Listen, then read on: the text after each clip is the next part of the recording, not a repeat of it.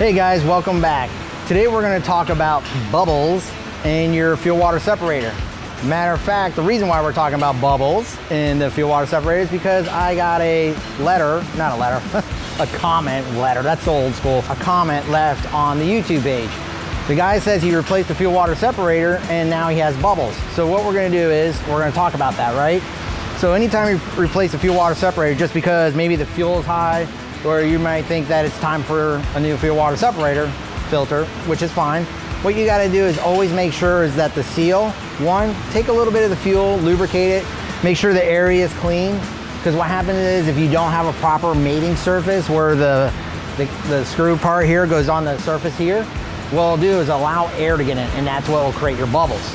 And also here, right, the cap. When you get the new seal, right, what you wanna do is when you replace it, just make sure it has a little bit of fuel on it and you have good contact on it, right? So the seal here, just make sure when you put it on, make sure it's lubricated with some of the fuel. Take it from the bowl and then make sure that you have a nice contact. And then the other thing is, believe it or not, I've seen it, make sure the cap's tight, because if it's not tight, you're allowing air to get in and it'll create a little bit of bubbles. Now, let's just say you're not replacing the fuel water separator, right? But you see bubbles in it. Still, the concept is the same. We're getting air in the system. The only difference is that you're gonna try a few things, right? First, let's go right to the source. What I would do is, again, remove the collar, clean the seal, make sure there's no damage on the seal, cuts, or maybe it might be thinner on one side or the other because anything that allows air. Make sure the clean surface. And let's be honest, if you're gonna remove it to check it, I would probably double check that you have another filter in hand to replace it. Just FYI. Once you determine that the seal is fine, make sure to tighten up, fire it back up, and if the bubbles go away, eureka, you found the problem. It was probably not seated right. This does happen quite a bit, believe it or not. Doesn't matter how experienced you are or how new you are, it does happen to the best of us. So just always keep in mind, especially if you replace a filter or maybe someone down the road replaced the filter at a repair facility, just grab your filter wrench, take it off, you know, sometimes check the ring and then reseal it. Start it up. If the bubbles go away, you fix the problem. If you find the seal that's damaged, then you need to replace the seal, which comes with a filter. Now, I know that this one is a Cascadia and a Freightliner. Yes, I have those. So this one is a little different, right? Because I have one other fuel filter, which is mounted on the fuel housing.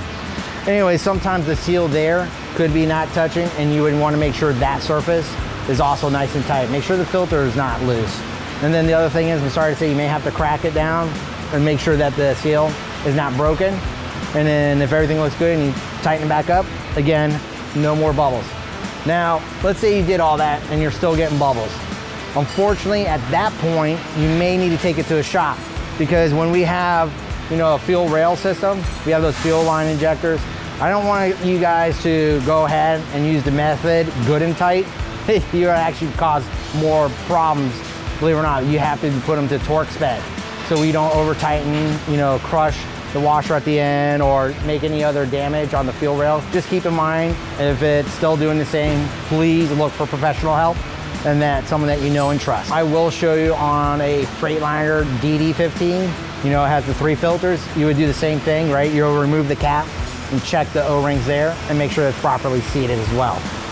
So that should resolve, hopefully, the bubble issues if you did those things. And just always keep in mind, don't freak out and go to the worst case scenario. Just keep in mind if you're like, oh, I just replaced the filter or I just installed it and now I have it. So just remember, we caused the problem. It should be right then and there. Simple fix.